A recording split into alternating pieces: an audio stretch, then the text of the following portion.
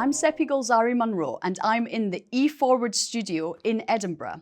I have just been talking with Gavin Templeton, CEO of Veri Energy, who is rolling up his sleeves and collaborating across the board to transform the iconic Sullom Voe Terminal in Shetland.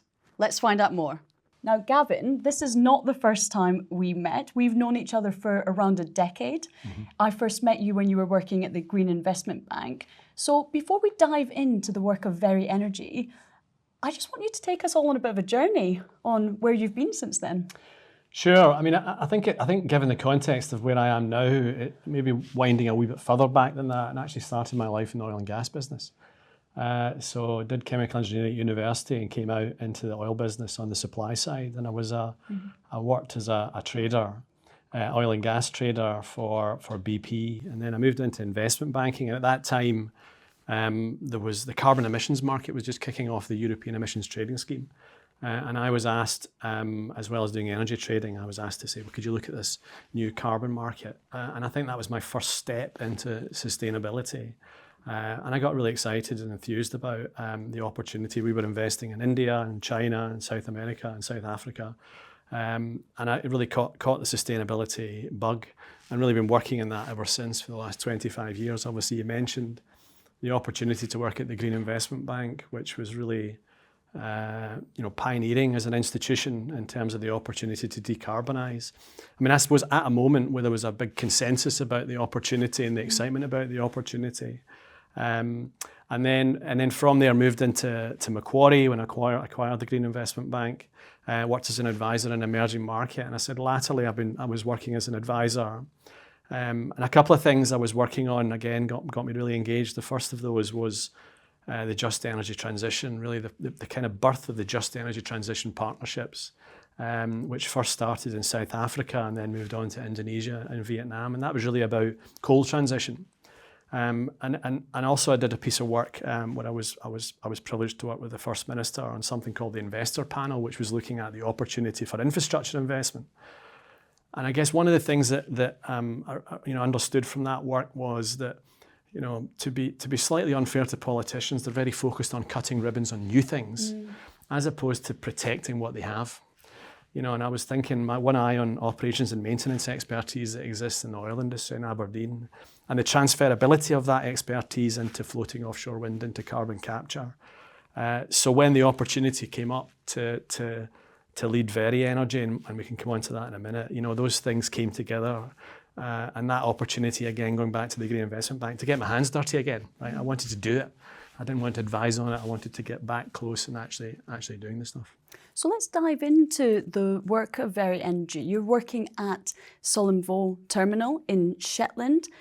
Just tell us a bit more about that, about what you're doing there. Yeah, I mean, we're first of all, we're really privileged to be working with a very supportive group of owners there, right? So Sullom Voe is a real incredible piece of infrastructure, a 1,000-acre site with 4 deep water jetties. It used to be it was the largest oil terminal in Europe, certainly the centre of the North Sea trade. And as oil has declined, there's a lot of right-sizing going on there already. And we were set up actually by the terminal operator. It's a mid-cap oil and gas company called Enquest, who set us up to look at what the opportunities would be like, both in terms of decarbonising their activities, but also looking at what the opportunities were around Sullom Voe. So we've got 3 different projects that we're looking at initially. The first of those is an onshore wind project, and again, this is all around decarbonising the activities with one eye on what happens next in terms of future utilisation of the terminal. The second project is carbon capture. We've got carbon storage licenses, and we've got the ability to repurpose the terminal. And again, going back to that point, we've got the ability to utilise not only the infrastructure but the people. So I'm extremely passionate about the just transition. Particularly passionate about being able to do it here in Scotland. Having worked internationally on the same topic. Because that expertise is massively transferable. So, we're looking at converting depleted oil fields in the North Sea, using existing infrastructure and doing that on a merchant basis. And maybe to describe what I mean by that, well, the government at the moment has developed sort of government-backed programs. It's called the track process. The Northern Endurance Partnership is one such project where the government underwrites absolutely everything, but that is at a significant expense to the taxpayer.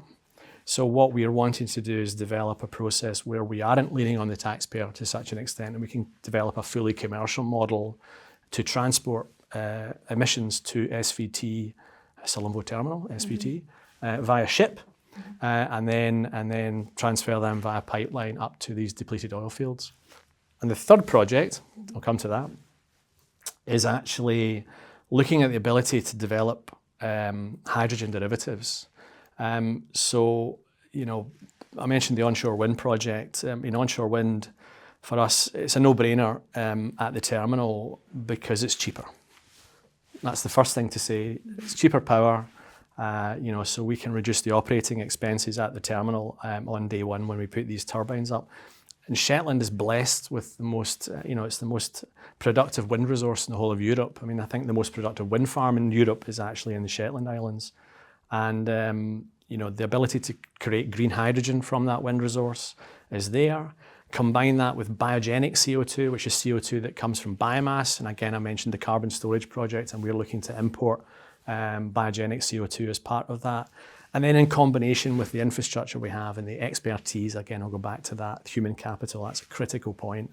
It makes it a really compelling opportunity. Yeah. Challenging, but compelling. So what is the most important piece of the puzzle here? I think the first important piece of the puzzle is the infrastructure. And I think we are in an incredibly privileged position to be working with an owner group that sees, a future for the terminal beyond 2035 when otherwise, particularly east of Shetland, you might see that, declining. So that for me, in terms of that supportive ownership group, looking at that opportunity is incredibly important. A supportive local council who are very passionate about what we're trying to do as well, which is obviously vitally important. And the third thing is the people. I mean, the people at the terminal, the people in Aberdeen that we work with are all very passionate about what we're trying to do and, see that as a way to extend the life of the terminal to 2050 and beyond. That point about, the human capital across the whole chain of activities, we created this facility, let's reuse it, let's repurpose it. And this model that you've just described, the merchant model, is pretty unique.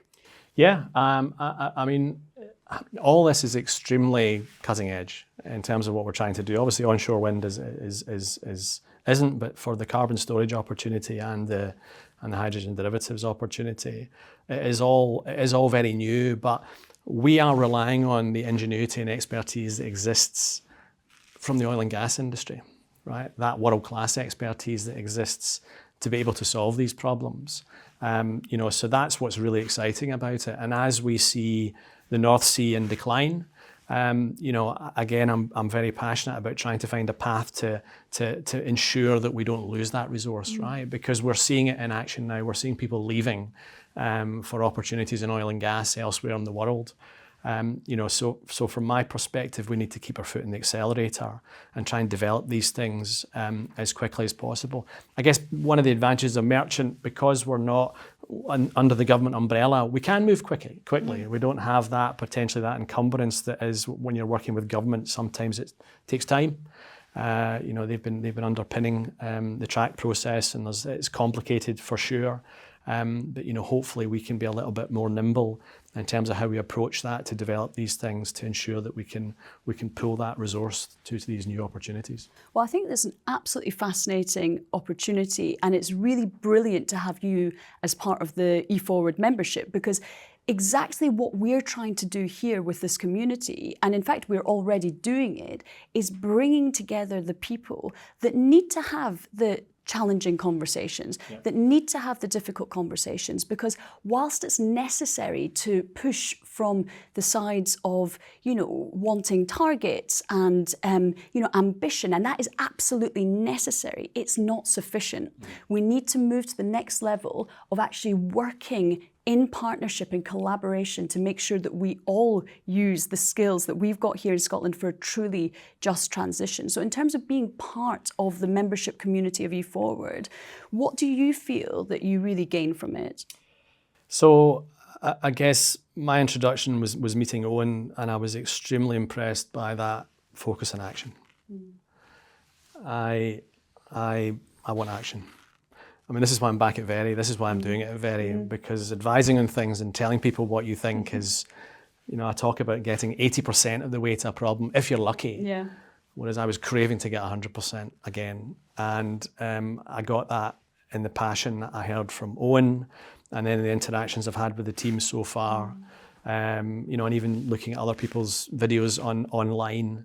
I think you can see that community out there, the community that is motivated and really wants to do it as opposed to necessarily talk about it. We do have to talk about stuff. Yeah. Of course we have to talk about stuff, but I really want to get stuck in and demonstrate that we can achieve great things. Action focused. We're seeing a just transition in action here in Scotland. It's been fantastic to talk with you, Gavin Templeton.